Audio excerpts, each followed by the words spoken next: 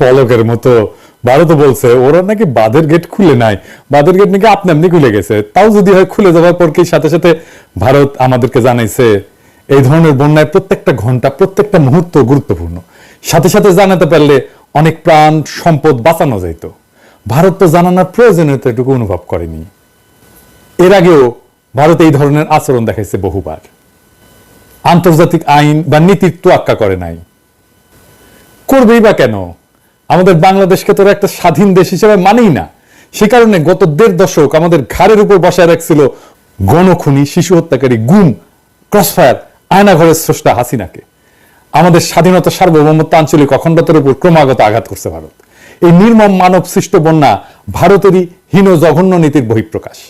তাছাড়া আমরা আমাদের নিজের শক্তিতে ভারতের পোষা কুকুর গণখনি হাসিনা ফ্যাসিস্ট সিস্টেমকে পরাজিত করে প্রকৃতপক্ষে ইন্ডিয়া আউট করে দিতে পারছি। ভারত তার প্রতি